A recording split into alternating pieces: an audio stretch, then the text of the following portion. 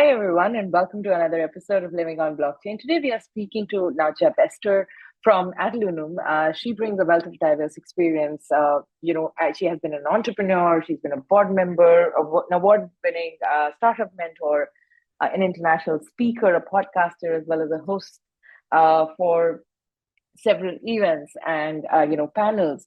So the future of NFTs is her podcast, and she does have a book coming out as well.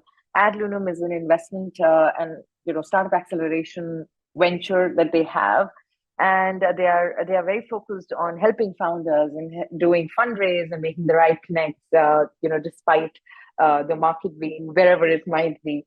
So this was a wonderful conversation because I love I have to be a little biased here. I love speaking to women entrepreneurs, and not simply because they are women entrepreneurs, but because there are so few of them as it is. So it is always very refreshing to catch up with somebody who's been in the space for a long time and is really making a mark. So this is a very, very good conversation. A lot of insights around fundraising, around the kind of support that AdLunam brings, about NFTs, and just general advice on how to really make the best of this space.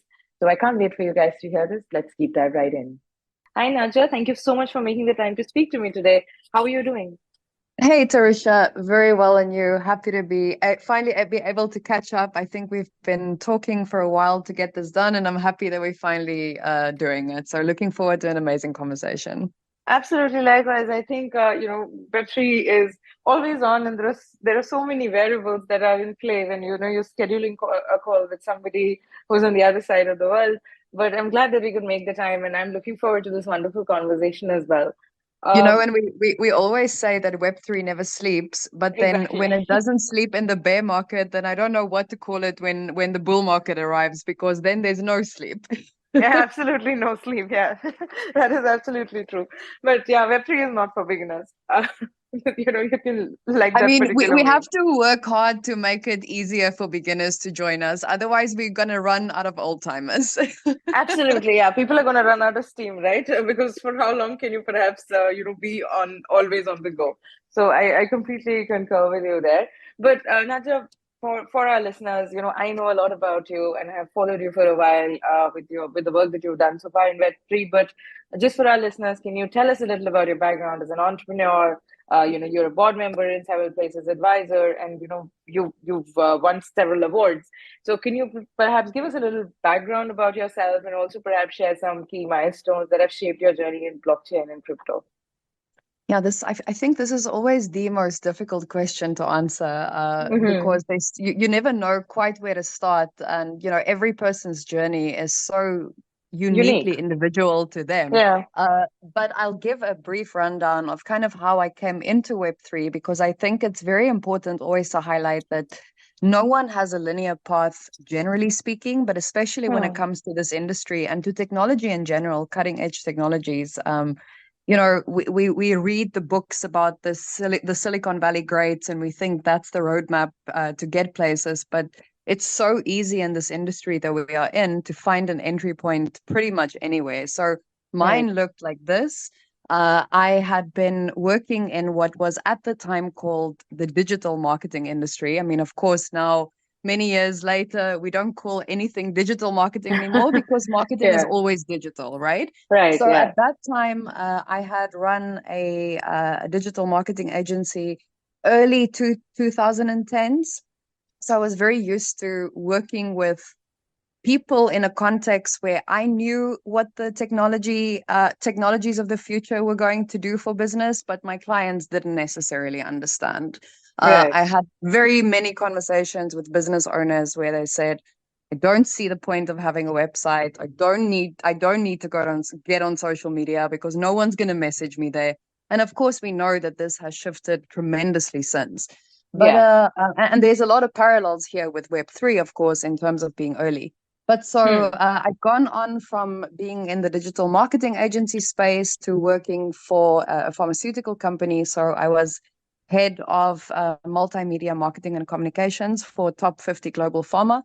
Very different environment because, of Right. course, heavily regulated, and every single word that you put out there has to go through the regulatory approval teams process. And so didn't feel that even though the technology was offering all these possibilities, that the industry that I was in supported the evolution of how we do things.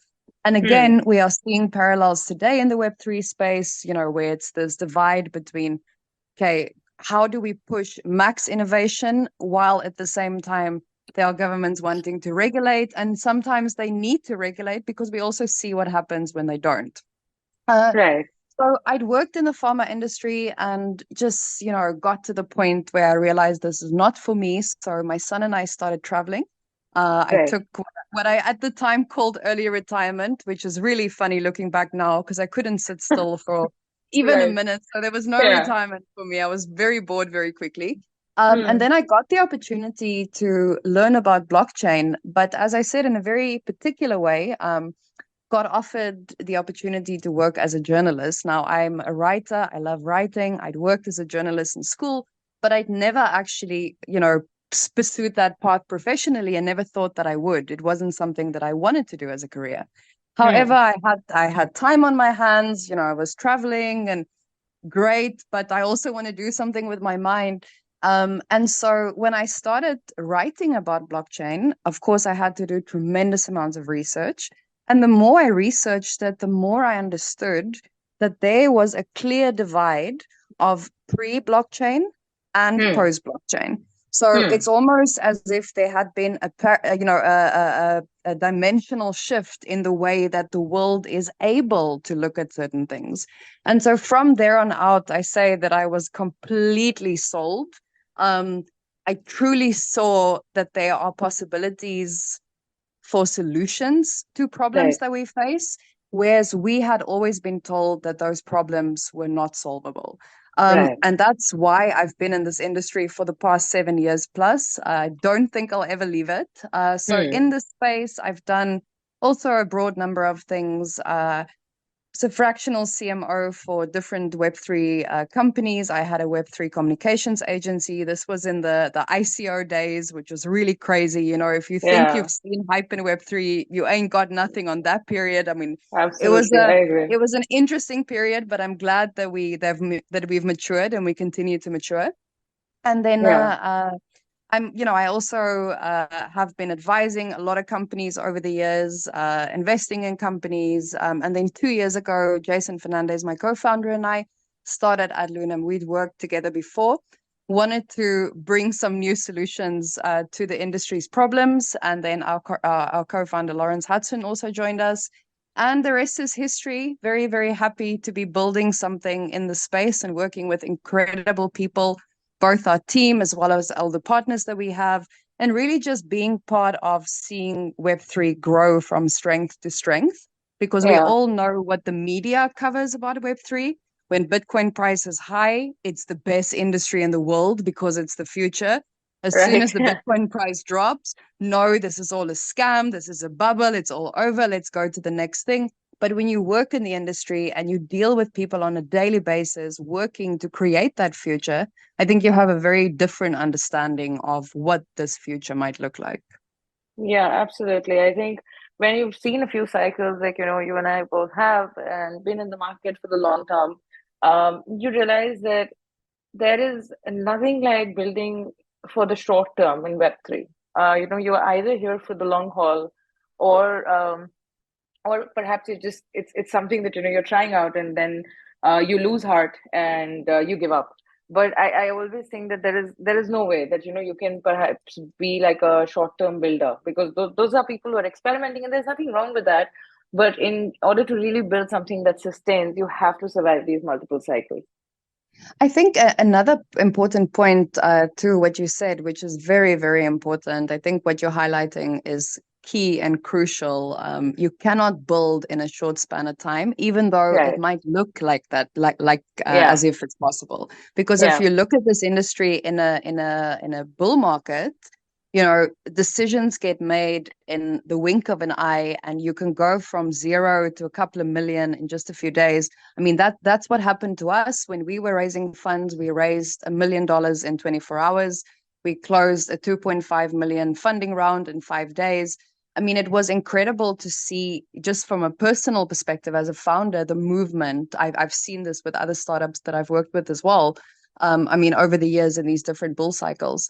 But the problem with this is the sustainability of the industry is severely compromised when that's the only way that people evaluate this industry. So whether if I'm a retail investor, for example, or if I'm simply a user of Web3 products, although, I mean, I'm sure we'll speak about this. There's not so many Web3 users just yet. And of course, there's many reasons why. And we need to work on making that easier for people to making it easier for people to onboard.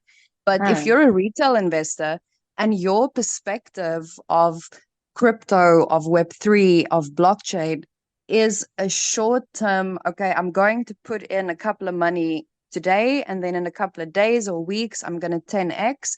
If that's your perspective of the industry, it will always be the kind of industry where short-sighted decisions are made. And in a good market, you know, when there's a lot of liquidity, of course, you can make a lot of gains. But the more you know and understand about this industry, the more the decisions, the investment decisions that you make are more well-informed, understanding what the opportunities are as well as the limitations. Because I think, you know, when we talk about protecting people in the industry, we who are professionals, we know how difficult it is to do very basic things, you know, using a wallet. I mean, if you're doing transfers, there's so many things, even though you might know what to do, there's so many things that can go wrong. But because we are, let's say, on more familiar terms with what all of this means and how it works and who to ask for help, it's easier for us. But for the average retail investor, it's almost a dangerous place to be sometimes. And I think really when it comes to, you know, talking about Web3, then we always need to keep in mind, okay, but what we have today is not what we should have tomorrow. We probably will be repeating a lot of the mistakes that we've made in the previous bull market. We'll repeat them in this market again. But I do believe that as time goes by and more people who survive cycles, especially founders who have survived cycles, then make better decisions for themselves, for their team, for their project, and of course for their investor community. Absolutely, I completely concur. I think experience everywhere kind of works out for the better, makes your decision making even more, it becomes more nuanced and more enhanced because of the experience that kind of adds to it. And that the same thing goes for Web3. But in Web3, because the cycles are shorter and the learnings are greater, I think if a founder is really able to survive multiple cycles, then that is the founder that I'd put my bet on. Yes, and I mean, just a general rule of thumb for me is when I meet people during a bear market, especially founders building projects during a bear market, I make a mental note that those are the people to watch very closely as the market returns. Because I have met people over the past, let's say, 2 years of this cycle that we've been in, and it's been very difficult to get funding. It's been very difficult to get community traction. It's been difficult to get pretty much anything done. And despite all of this, the drive and the passion and the determination they have to make their vision a reality have seen them gone on to, incredible feats that is not so easy in a market like this. Compare that to if a founder comes in when the money is flowing and, everything is at their fingertips. That's great. But you also have to understand, especially if you're evaluating projects, what is the background experience of these people on the team in Web3? Have they been through a cycle like this before? Did they, it's not a question of surviving in the sense sometimes startups fail, but what happened? Did they pivot to something else? Is that pivot something that makes more sense for the market we're in? So you can actually tell a lot about a startup simply by looking at the team and especially the founders, of course. Absolutely. I think they're the ones who are driving that vision. And ultimately, founders with the right kind of experience and the skills, right kind of skill set are the ones who are able to really create a sustainable business. And that is what we need, I think, in Web3. We need more sustainable businesses, and that doesn't mean that you have to be perhaps making money from day one, obviously, but that is ideal. But at least perhaps you're choosing the right path, and as we kind of talked about, you're building for the long term. Exactly. So now moving on to AdLunam, can you tell us a little about, as a co-founder there, how does the platform leverage your wealth of experience to make like something, just impact on crypto projects and startup acceleration? Because that is what you guys are doing. And how can perhaps startups who are looking to get the relevant help get in touch with you? And is there like a criteria of selection that you guys have? So in short, yeah, very good question, multi-pronged question. So I'll go through them one by one. So first of all, what exactly we do? So we are a Web3 accelerator and investment ecosystem. Now that's quite a mouthful. So let's look at the different components of this. First of all, we primarily specialize in fundraising. Okay. So we, as a company, I mean, our objective is to fundraise for clients. Sometimes that involves very often it involves of us ourselves also investing into these companies. But so we have an investor network on the institutional investment end, and then we have a community of retail investors on the retail investment end. So I'll go a little bit into what each of those do, and then at the same time also weave in the experience that we bring to the table and really why we started AdLunam exactly for this reason. So Right. firstly, on the institutional side, so I mean, getting funded in Web3 is, depending on the market cycle, either a massive issue or not an issue at all. When there's a lot of money, a lot of liquidity in the market, in a peak bull market, let's say, almost anyone gets funded. It's not always the kind of funds that everyone wants. I mean, there Yeah. are types of institutional investors. There are VCs that you very much would like to invest in you, and there are VCs that, if only you knew, perhaps you would not have had put them on your cap table. Now, for founders entering the Web3 space as a founder for the first time, because I think even if you have been in the Web3 space, but you haven't founded a company yourself, it's a different ball game looking kind of from the outside in, even if you have been part of an executive team, but really being the founder and being the person to make all of those decisions, that's a different story altogether. And Right. oftentimes founders in Web3 have not been founders in other industries outside of Web3. Now, that's not an issue because this is a horse of a different color, but at the same time, not 100%, because there's a lot of wisdom and learning and best practices, from traditional industries that Absolutely. either we still practice in Web3 or they are missing, and we see the quite negative results of them not being there. So for founders in the Web3 space, it's incredibly important to be in an environment where all the ingredients that contribute to their recipe for success is present. Now, that is an easy thing or it's a difficult thing, depending on a number of factors. As much as Web3, for example, is very democratizing, if you find yourself in a city like Dubai or Singapore or, let's say Paris, where there's also a lot happening now, if you find yourself in these major hubs, you will make a lot of connections, of course, if that's something that you're aiming to do.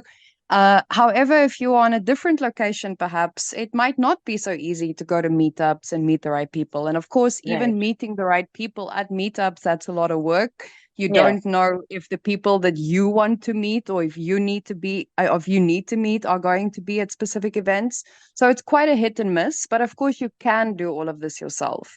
However, the smart way to do it, of course, is to partner with companies specializing in exactly what your needs are.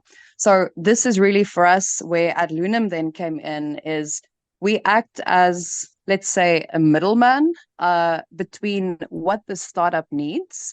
And we typically start working with startups in their early stage round. So they might have raised angel investment or seed investment, and they're now getting ready to go into the VC investment in the private sale, etc.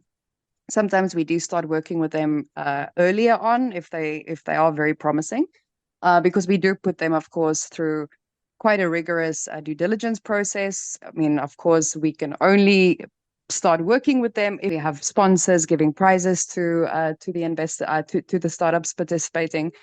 We also take startups on an investor road in the startup, in the public sale of the startup. And there also we co-launch projects with other launchpads. So we are connected and partnered with a number of the top 10 launchpads. And so also goes for centralized exchanges, for market makers, for a wide range of other partners, media, press, etc.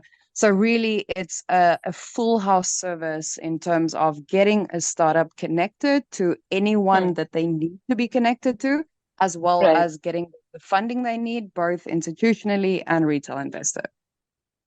Wow, that's wonderful. I think because being an entrepreneur myself, I understand the kind of challenges that come in the way of entrepreneurs when they are fundraising. It becomes like a full-time job.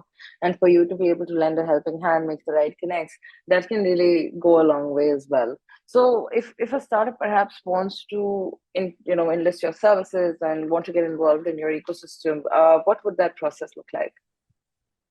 So we just officially launched. We've been unofficially working with projects in the accelerator during the bear market, but we've officially Right. launched and opened it to the public on the 9th of February, so just a few days ago. So typically what happens is, as I said earlier, we have quite a strict due diligence process that we follow.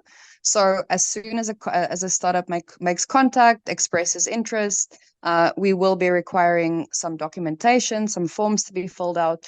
And then we go through this due diligence in order to make sure that it's a good fit in terms of the network that we have.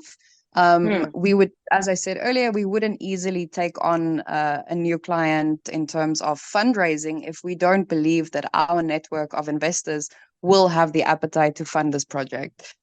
Right. Just to manage expectations from the beginning. And then once we do start working with a startup, we are heavily invested ourselves. So their success really becomes our success. We take tokens. So we are fully invested in ensuring that the startup sees the success that it needs to. Because as I said, their success is our success. And Absolutely. then just to finally answer your question about kind of why this came about. So all three of us co-founders have been working with startups in the Web3 space for years. So we've all been working with them as advisors, as part of different companies, working in different capacities.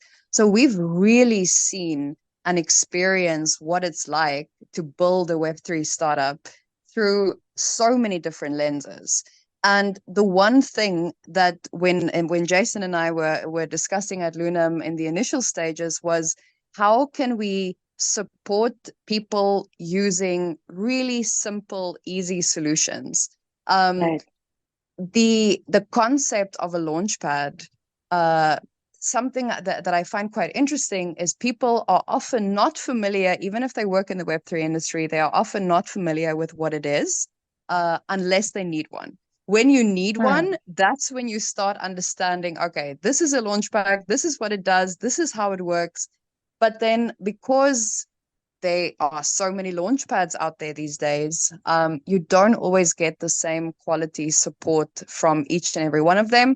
There are some launchpads that will not speak to you unless, you have 50,000 followers on Twitter. So it's also incredibly important to, as a founder, to discern who are the people that you will allow to guide you.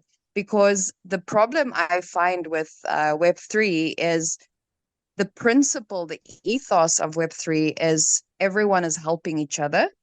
However, very often when founders find themselves in this crucial period of, institutional fundraising all the way to public fundraising in the IDO, that they become the prey for the predators in the industry. So there's a lot of people offering to help. There's a lot of people asking founders for things, but not really giving back. And so unfortunately, a lot of founders, as we've said, have not been founders before. Maybe they are even new to Web3 and they've never been a founder before. And so there's so many challenges that already are coming their way. So how can they make sure that they have the most valuable, up-to-date information, guidance, and support at their fingertips. And that is what a launchpad is supposed to be. It's not always the case, but we definitely pride ourselves on the fact that that is exactly what we offer startups. What we needed is what we offer.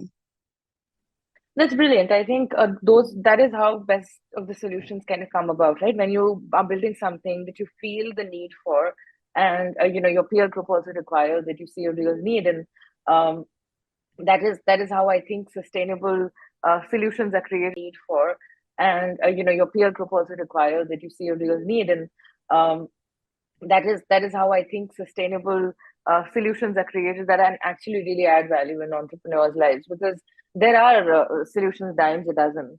But what if you had to sum it up, perhaps in one line, the USP for AdLunam, what would that be? Definitely fundraising accelerator.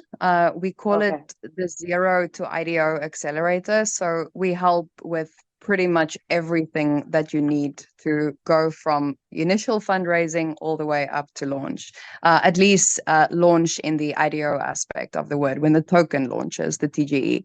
Right. Then we also have the launchpad aspect of it, where we have an engage to earn platform with the proof of attention allocation model, but that's quite specific to retail investors, although it does also greatly support startups. Because what we essentially do through the platform, it's a gamified solution. So when people are engaging on the platform, projects are then able to identify who would be a good micro influencer, who would be a good ambassador, etc. And so then instead of the IDO itself being this black box where you have no idea who is investing in you, are they going to dump your tokens as soon as they can? It's then easier for projects to allocate their marketing spend to particular members of the community, as well as allowing these people also to invest, whitelisting them and ensuring that they get the investments because they are already invested in the project.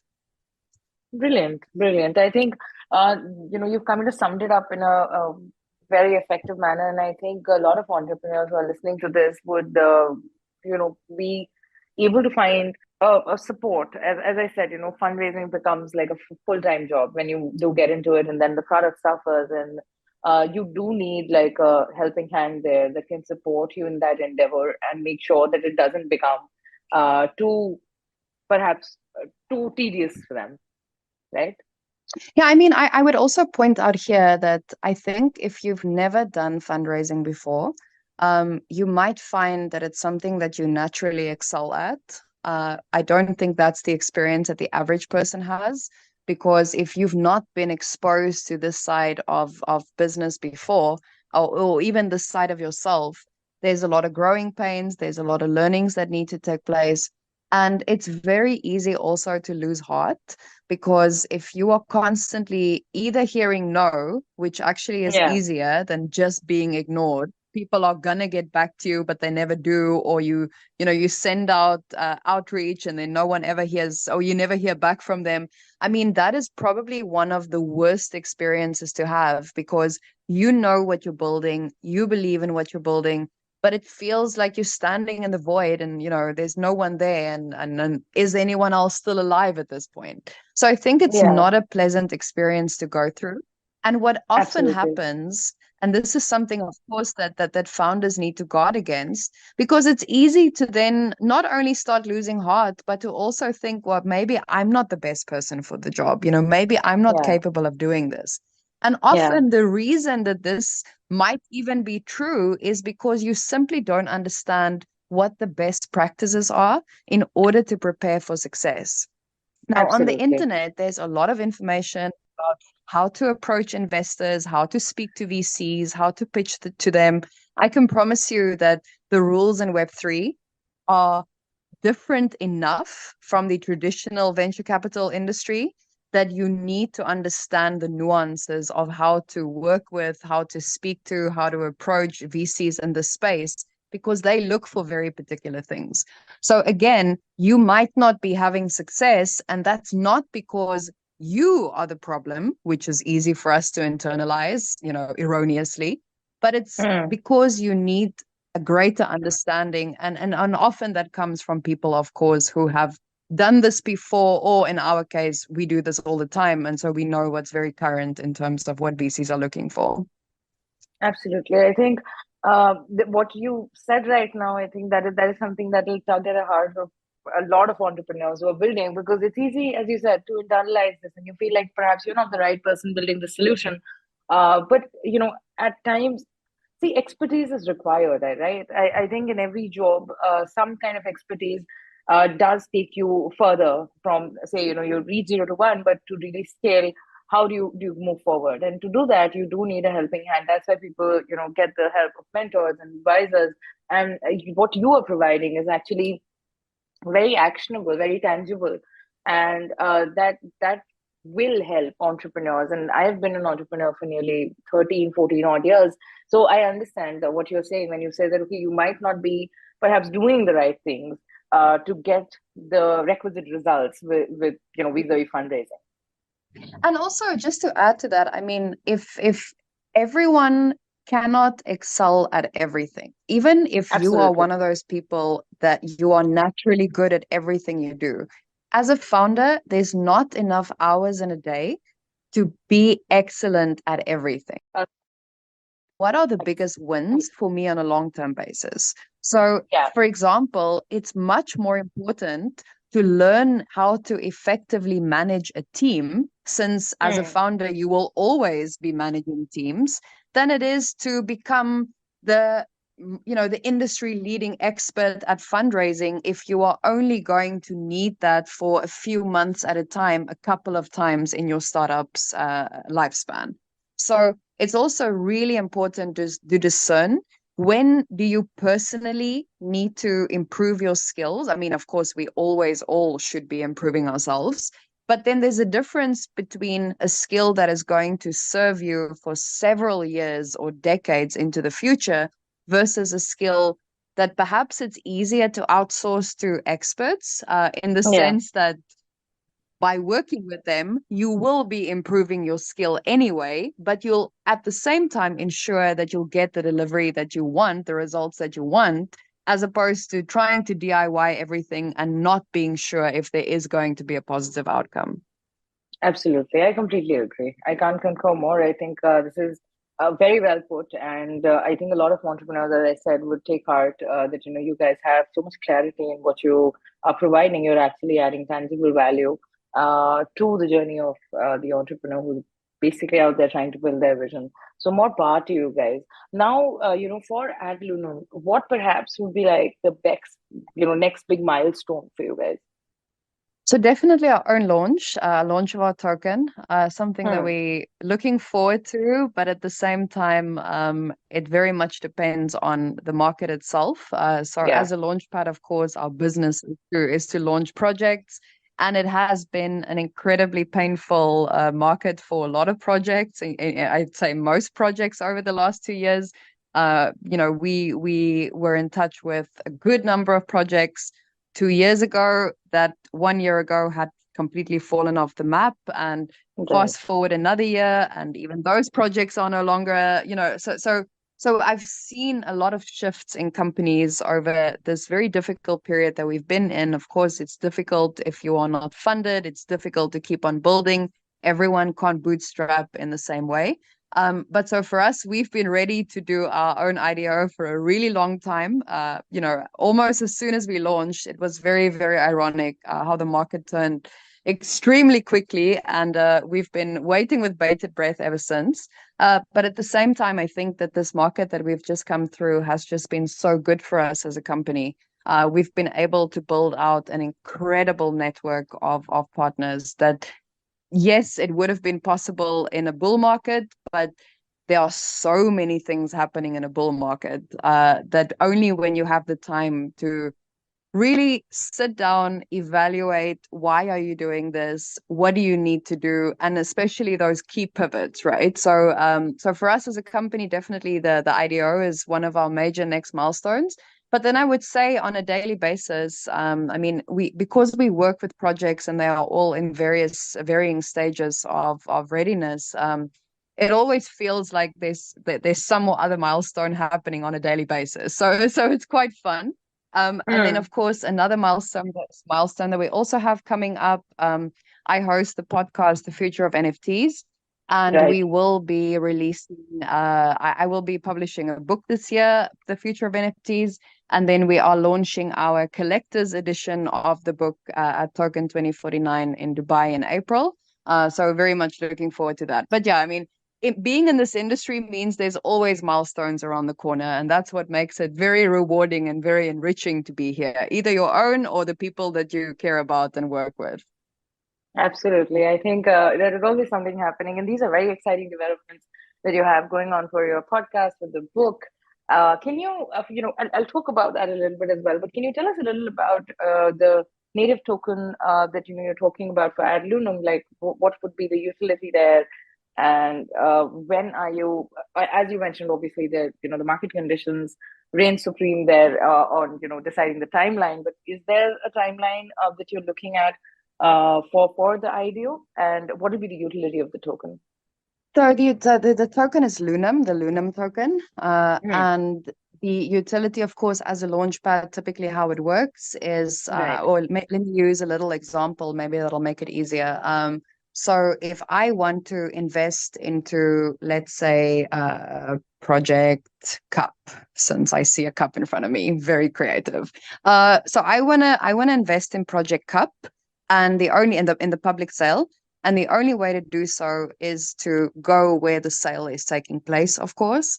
Now, Right. previously, that would happen on the project website itself. That was the ICO, or initial coin offering days.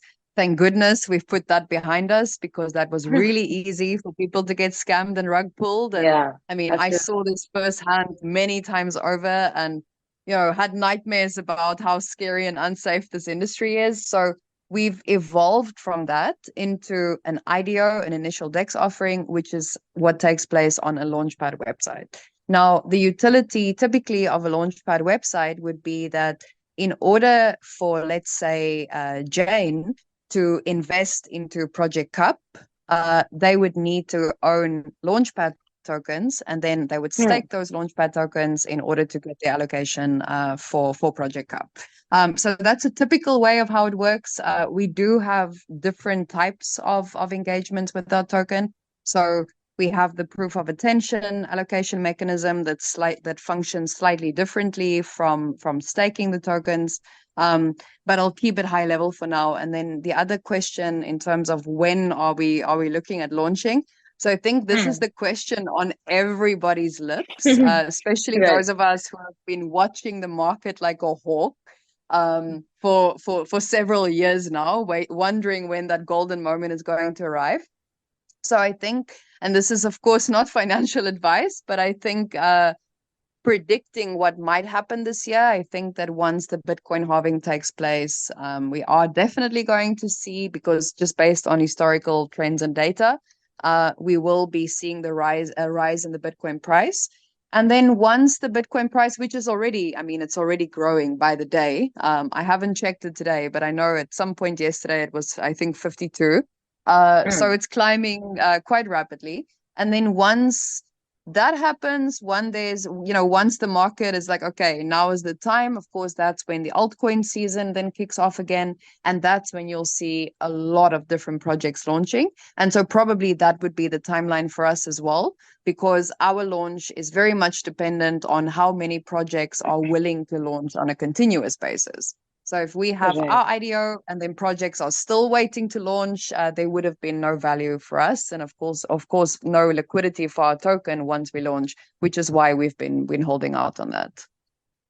All right. Yeah, that is sensible. I think market conditions kind of do dictate, and it is again, like having a token, managing the token becomes a A very big full-time part of job. what you're doing. Yeah, it becomes a Yeah. full-time job, right? And when it's out there, it's out there. There is nothing. There's not much that you can control from your end. There are certain aspects, obviously, that are outside the ambit of your control, and timing it, I think, is everything.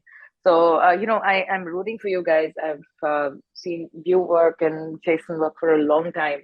Jason's work I've been following for the longest time, and really, really excited for what you guys are building. And especially, all my wishes. I think what you're building with the kind of clarity that you have, like I mentioned before, is going to be fabulous for upcoming entrepreneurs and entrepreneurs who are just starting out. Thank you. And I think it's going to be an exciting time up ahead. The other reason why it's going to be exciting is previously Web3 was mostly populated by degens. And I think in this bear market, in this bull market, of course, we saw that during the NFT hype of 2021, where a lot of new people came into the space. But then, of course, we all know what happened. The bubble rose to the top, and then someone took a needle and prick, and then the whole thing fell flat.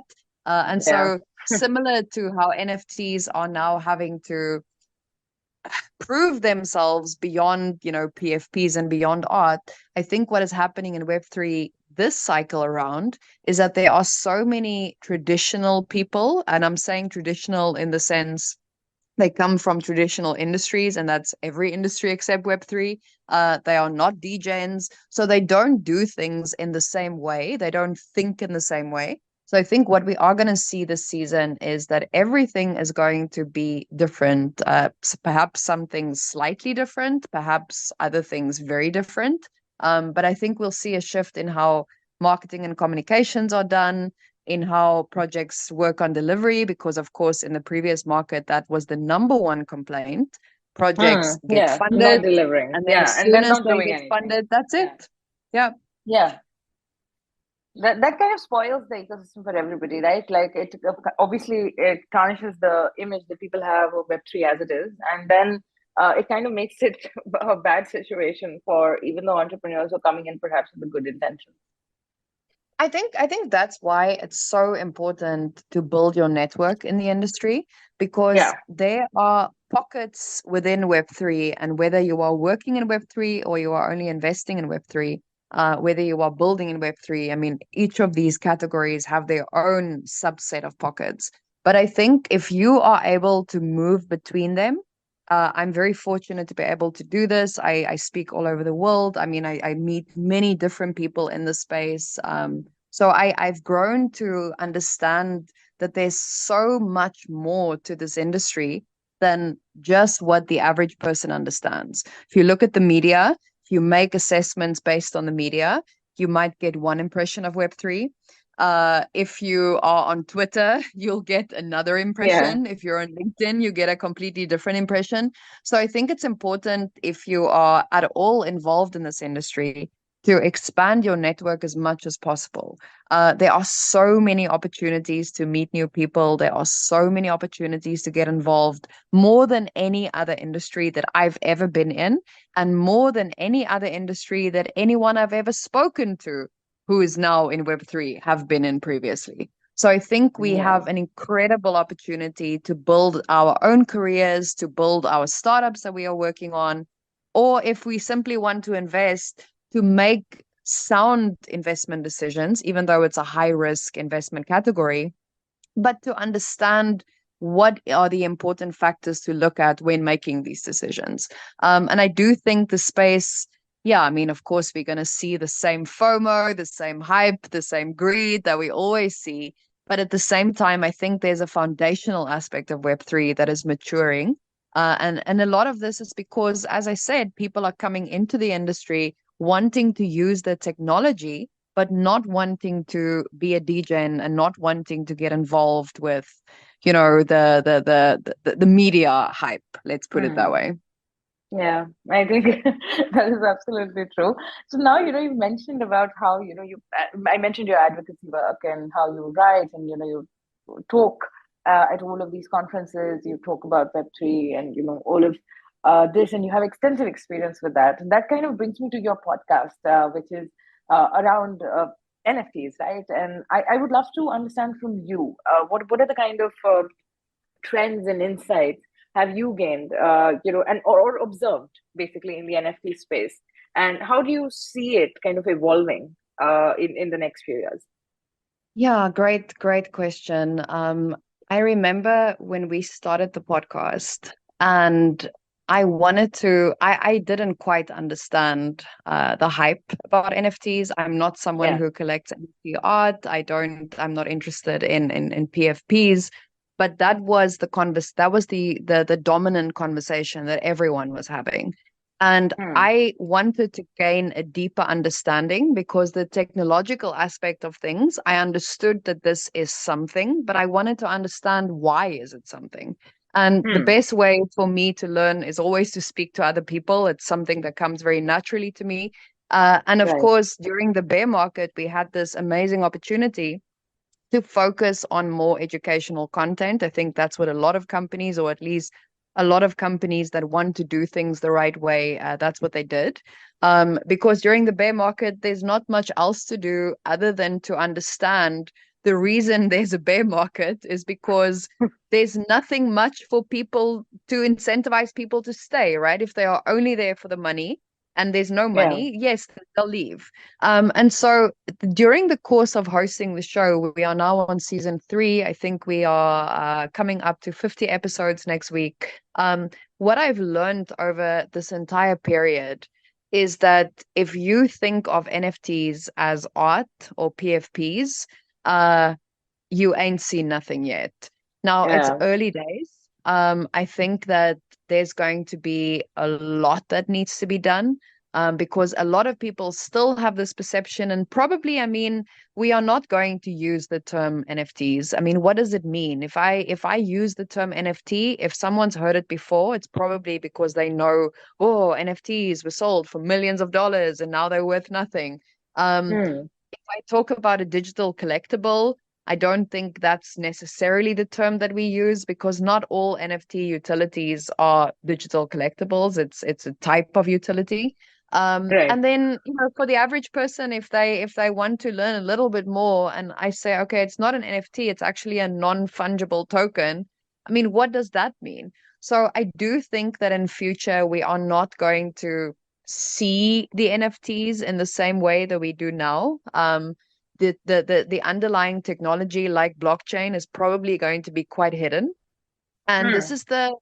this is probably the key takeaway that I have personally from speaking to all of these incredible minds building these incredible solutions. I'm saying incredible solutions, but it will in many cases take years for those kind of solutions to hit mass adoption. So at this point, and this is what I can say about the state of NFTs right now, we are in a period of possibility. So there's a lot Yeah. of people working on really cool ideas, but whether Yeah. those ideas will get adopted, I think very much has to do with how much you need to understand Web3 or NFTs. If we look at Starbucks, if we look at Nike, I mean, there's a lot of big brands actually over the last, let's say, 2 years or so in the bear market that have started using NFTs, and they've done it with success. I mean, Reddit had their avatars coming out, but you'll notice that they didn't focus on the Web3 aspect, on the NFT aspect, because if you work in this industry, this stuff is cool to you. You want to tell everyone about it. You want to use these terms. It's cool. I mean, my show is called The Future of NFTs. What am I going to do if we no longer call it NFTs?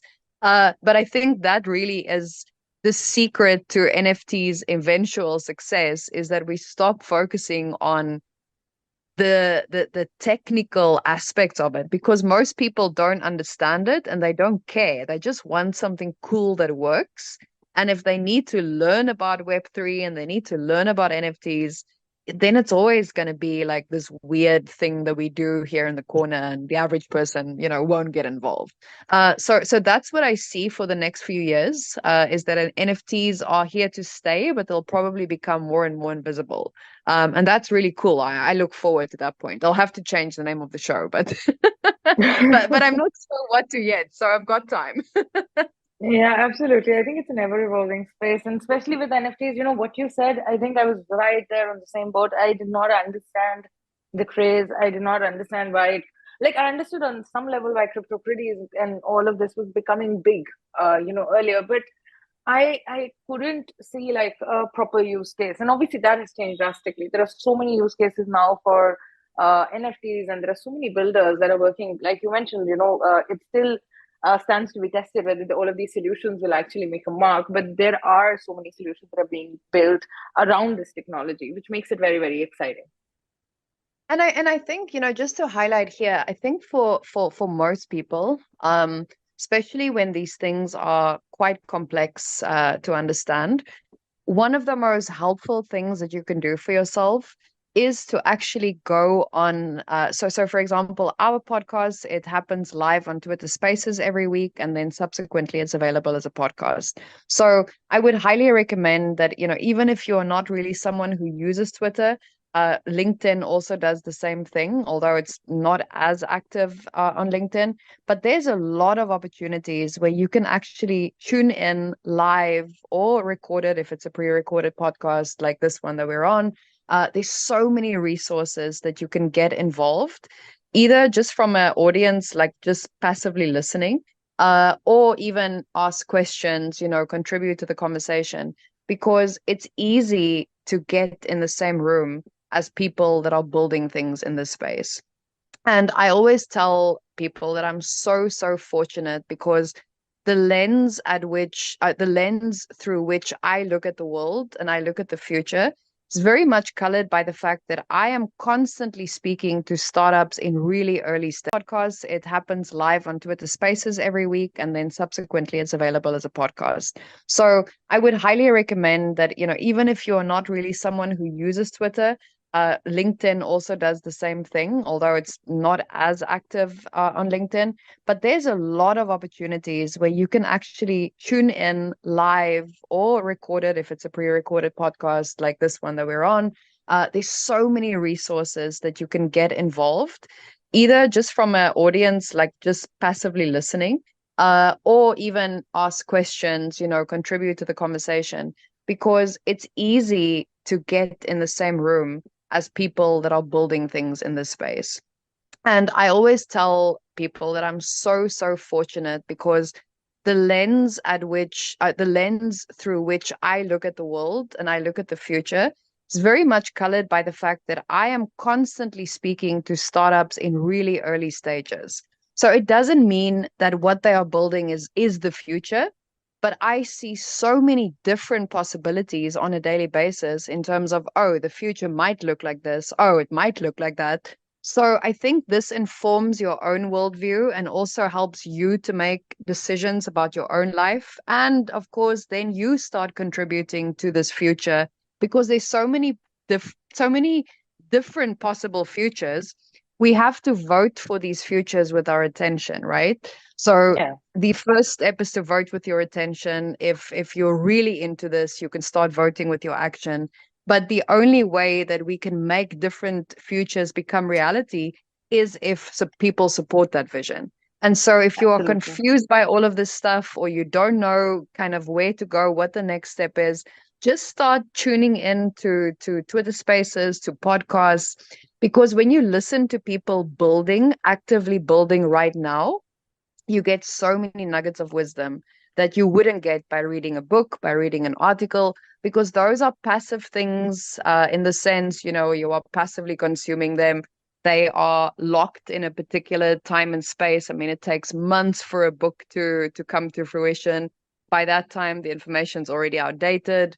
When it comes to writing an article, there's only so much time that the writer or the journalist has to spend on this article. So the best way to learn is really to hear from people currently building. And of course, because you have access to them, you could even, follow them, start commenting on their posts, start engaging with them. That I found is, yes, it's a little more work, but it's probably going to give you the best indication of what some of these possible futures might look like. Yeah, absolutely. So, you mentioned your book as well, and I would love to know a little more about the book that you're working on. And when, you mentioned that you'd be launching it at Token, 2049, right? And can you give us like a little sneak peek or a preview? And is there a way to perhaps pre-order it? Yes, yes. So first of all, we had been talking about the book for quite some time, and this is because originally the idea was simply to focus on what was contained within the show. Speaking to people for an hour on a weekly basis, especially when it's conversations that are quite high level, quite insightful, looking towards the future. As I said, creating these new realms of possibility in people's minds. There's so much content rich material that you get. And so initially we were like, okay, we're going to just put a book together with the content that we have, and publish that.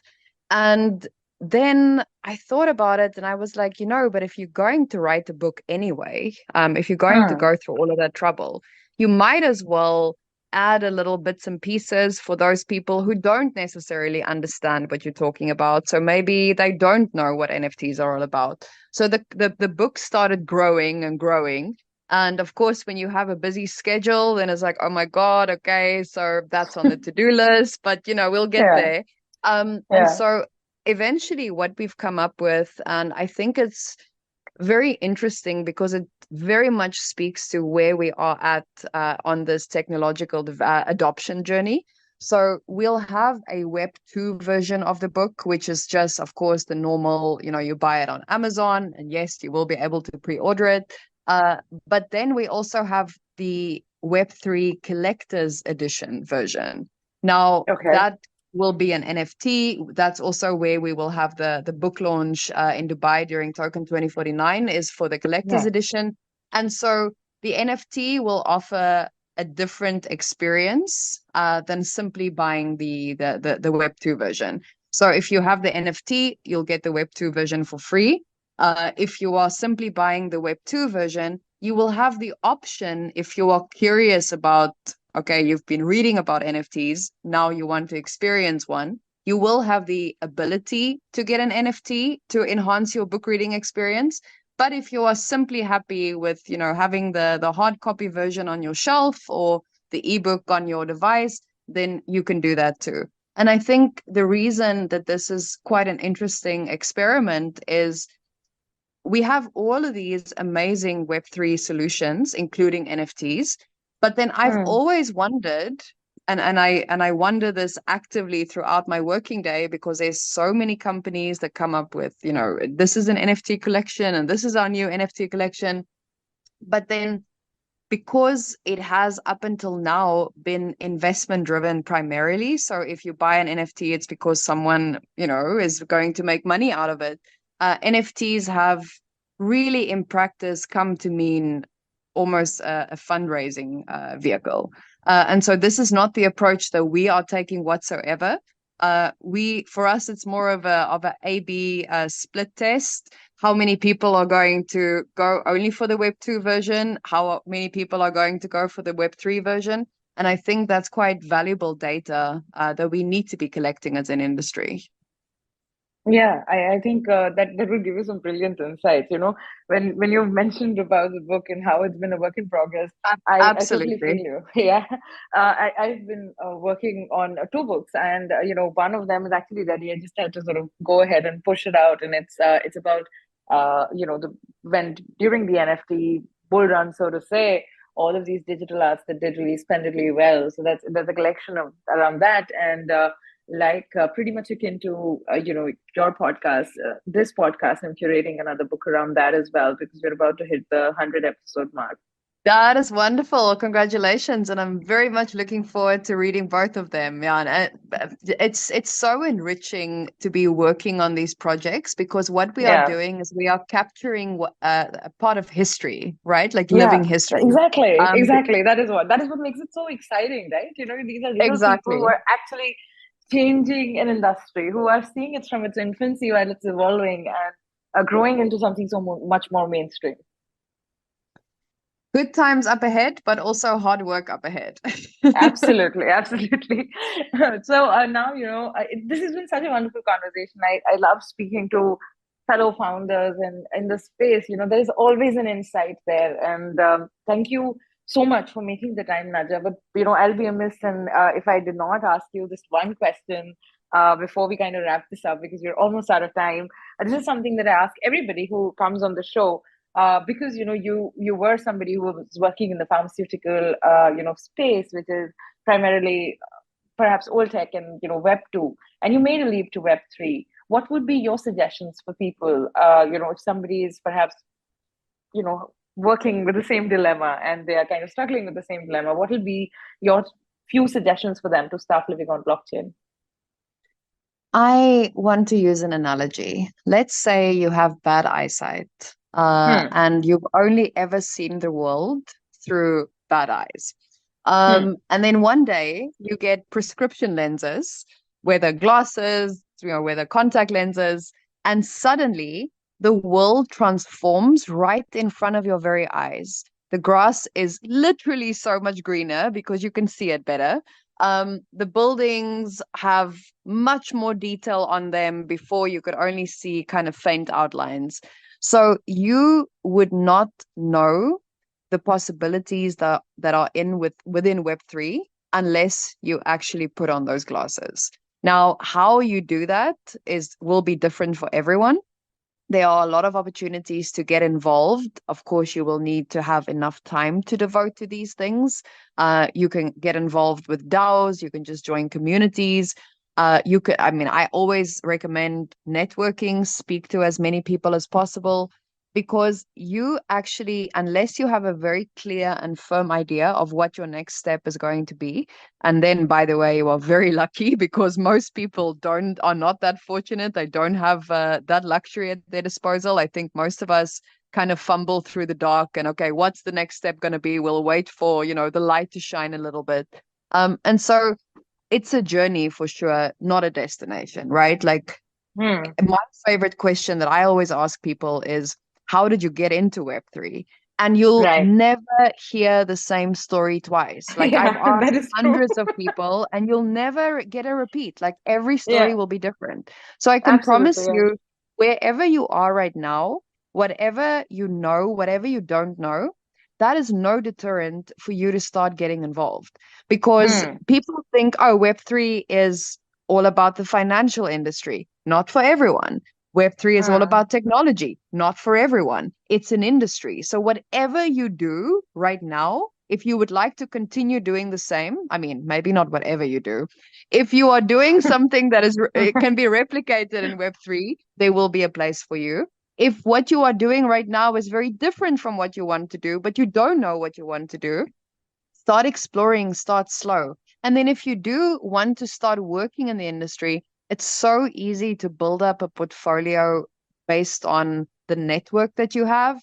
Offer to help people. If you have skills that you think you want to start utilizing in this industry, start working with people.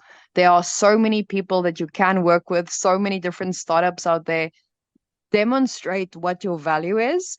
But if Yeah. you've ever tried to do this in another industry, I can promise you it's probably like 1,000 times easier here because we are very, very early.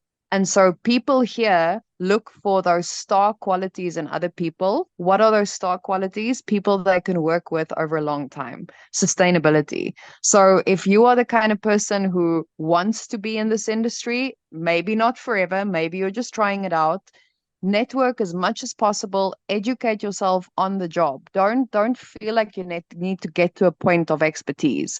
There's no person like that in this industry. This is a new industry that is evolving on a daily basis. No one knows everything. You don't have to know half of it. You need to know what you need to know, and either you already know what that is or you're going to figure it out, but just get started. Don't feel like there's, a finish line and once you get there you'll be ready. This is a very forgiving industry. It's a very welcoming industry. It's a very helpful industry. Of course, I can also say the opposite. I can also say all the bad things about the industry, and those are all true. But Yeah. from the perspective of, getting involved, it's really easy, really satisfying and rewarding. And I don't like making promises, but I can promise you that if you commit yourself to this industry, your life is not going to look the same again, for the better. That's almost a guarantee. Yeah, I completely agree. I think this is a rabbit hole, so to say. And once you jump down this rabbit hole, there is pretty much no coming back, and Yeah, it's Alice fast Alice and does not want to wake up once she goes to yeah, Wonderland. exactly. Yeah, exactly. So that is absolutely true. And the way you put it, I think this is something that I keep telling everybody that people have this perception, this deep-rooted perception. This is it is a space where only the tech heavy and the nerds they kind of can make their presence known. And I feel that nothing can be further from the truth, because as you said, it's an industry. And if you have like a valuable skill set that you are bringing to a Web2 industry, maybe you can look at doing it in perhaps the decentralized space as well. Or you can also completely change your career. That's also possible, because I want to Absolutely. just add this as a founder. When people are looking to hire people in this industry, they don't look Hmm. for years of experience, because there isn't, in most There cases, years isn't, of yeah. It's experience. not possible, right? So Because this space is so exactly. I mean, dynamic. I've How will I've you get years seen of some experience? job ads that are ridiculous, where they ask for, like, I don't know, 15 years of Solidity experience, but Solidity has not existed for 15 years, so Yeah, yeah. so so definitely, if you are looking at opportunities. And I just to add to that, I think, we live in a very, very interesting time when it comes to the workforce. Yeah. Post-COVID, work from home has become a reality for a lot of people, a lot of Yes. people who have never had that opportunity before. So it's now the time to really, I mean, and I think this started happening during COVID already. You need to start reevaluating your life, asking yourself if the career decisions that you made previously are still applicable. Of course, technology is accelerating at a highly accelerated pace at the moment, if we look at AI specifically. So there are going to be a lot of hard questions coming up. And just know that whatever, is your reality, if Web3 is something that you consider, definitely highly recommended, to at least try it out. Or if not trying, then get involved just from an awareness perspective, just so you understand what the other options are that are out there.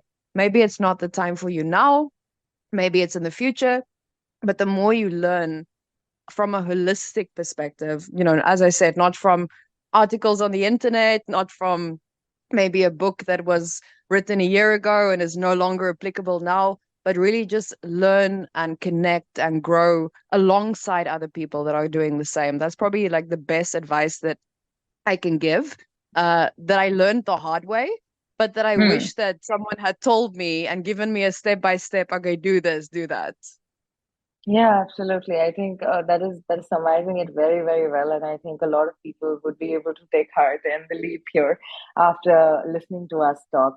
Once again, Nadja, thank you so much for doing this conversation. This has been such a wonderful conversation with so many insights about building, fundraising, and just how get being comfortable with the discomfiture of the space and still being able to grow. Yeah, and thank you for all the very, very beautiful questions. I think, it's always so telling, when I'm on a podcast and I know that the host is someone who cares about their audience. And I can very much tell from your questions what kind of actionable insights you would like for the audience. So I highly respect that. I think that the listeners of the show are very lucky to have you as their host, and I'm very honored to Thank have you. been here as a guest. Thank you so much for your kind words. I'm very, very grateful. Thank you once again, and I really hope that we can, find ways to work together in the future as well. Absolutely looking forward to it. In this space, the luckiest thing is that you meet so many incredible people, that Yeah, it's not easy to meet so many people that you genuinely like and would like to work with in other industries. So again, we are yeah. very fortunate to be here and to be making all of these connections. And yeah, I'm very, very happy to have met you and looking forward to exploring all of the possibilities in future. Thank you so much once again.